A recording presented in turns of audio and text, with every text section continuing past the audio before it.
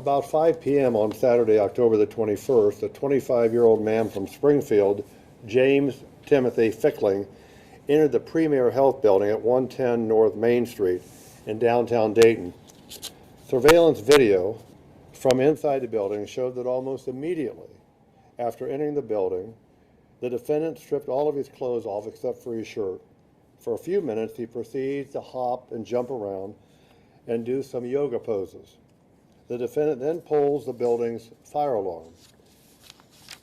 The surveillance video shows the building's security guard, a 66-year-old female, entering the building lobby from a side room where she had been. And she instructs the defendant to leave the building. And you can see this on the videotape. The defendant proceeds further into the building instead of leaving and begins to fight the security guard, 66-year-old woman.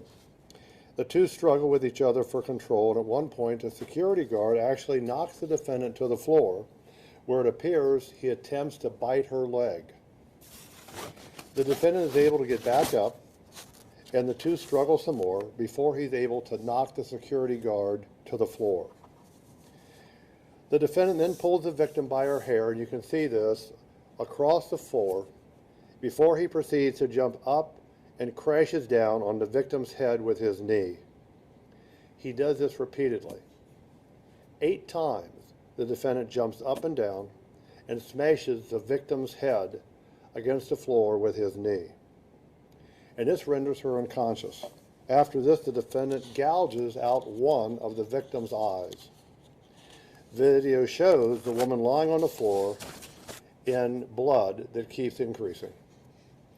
When the first Dayton firefighter enters the area, he sees the victim lying on the floor, but instead of being able to render her service at that time, he is forced to fight with the defendant, who again is fighting the firefighters and attempts to gouge one of the firefighters' eyes out also. It injures the firefighter and eventually sends the firefighter to the hospital.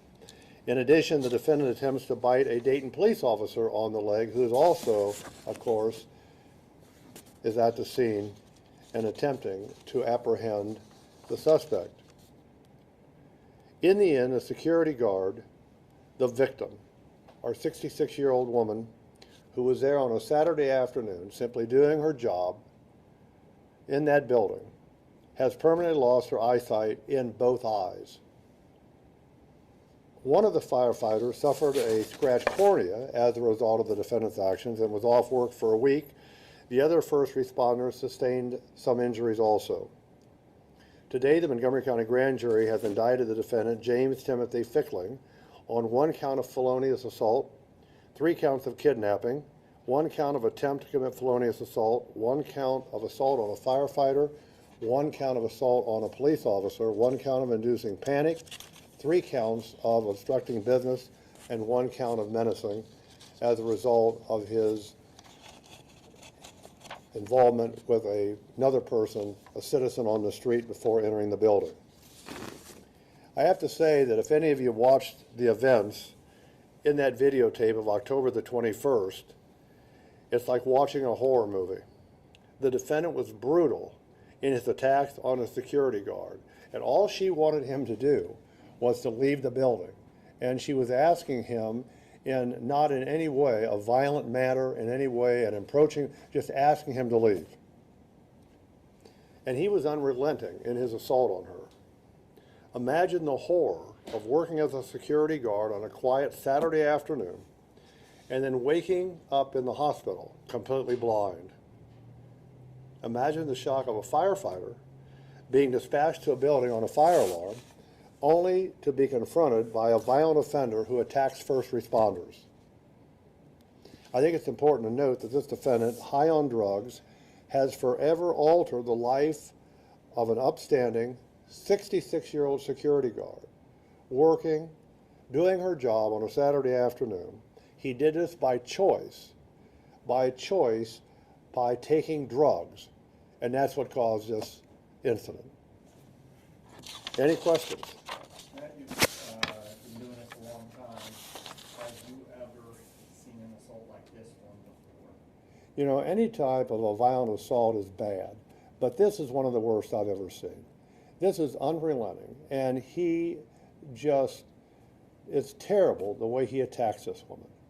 And I mean, it's clear to me that there's no question he wanted to kill her. I mean, anyone who watches this video and sees what he's done, it's like watching some kind of a make-believe wrestling show where these people are just pummeling each other. That's what this is. And this woman was absolutely, had no defense to him. She tried her best, but it was just not enough. Terrible. Through your investigation and interviews, have you been able to pin down like what drugs may have been in his system? From what we understand, it was heroin and fentanyl. And I don't know how much you've been able to talk to him. Is it something that he took on a regular basis, or do we know if it was his first time and then he just had this horrible reaction? I mean, Well, we know he had an incident prior to this that will be going to the grand jury next week sometime, and having a gun in an automobile, and he was being screened for diversion, as a matter of fact, because he had no priors. And he was examined at that time and screened, and there was no indication of any mental problems or anything like that. you mentioned, and briefly, there had been some question about this, but it looks like you have kind of determined that he maybe was involved in a fight on a sidewalk before he walked in that building? I wouldn't call it a fight. It was just an altercation where he approached an individual walking, this man from his daughter's birthday party, and he is accosted by this individual out on the sidewalk. Did he at that point try and go after that man, or that man managed to get away? The man got away, ran away, and that's when the defendant went into the building. Has the defendant shown any remorse at all? Has he described why, in fact, besides the drugs, he may have? Little late for remorse. Little late for remorse. Time for remorse, or time to take any sort of action, is to stop what he was doing to this lady. This helpless woman there, 66-year-old woman there on the ground. So I see no indication of any remorse or any mitigation for what he did. Is the victim still in the hospital? Still in the hospital. It's our understanding that she's having surgery involving plates in her face. It's not a good thing. I mean, it's just horrendous. When we think of that, what can happen? Again, I just have to think of what we were all doing on Saturday afternoon. On a nice Saturday afternoon, and this lady is working, making a living, an upstanding citizen, and bam, her life basically is up in turmoil. Not only the pain and suffering she has to go through, but she has to endure this the rest of his life. It looked like the grand jury approved a long list of charges there, but it looked like only one of them wasn't actually assault charge or aggravated assault charge. Well, no, there are several. Well, one's a felonious assault charge, and the other is assault on peace officer or firefighter. Okay. So those are all serious charges. But only one assault charge for the entire actions against that security against the security guard. Okay. Right. Mr. Heck, what's the most amount of time you could receive from this if he's in fact found guilty on all the charges? Did you tell me the numbers? I can come up with it. I can come up with it. That's a long time. A long time. I mean, we're limited by what he can get under the statute. He should never be released from the penitentiary. For what he did to this helpless victim, he should never be released.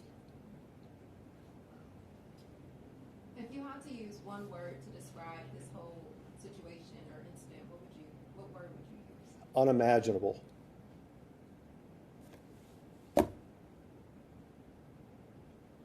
Hard to believe.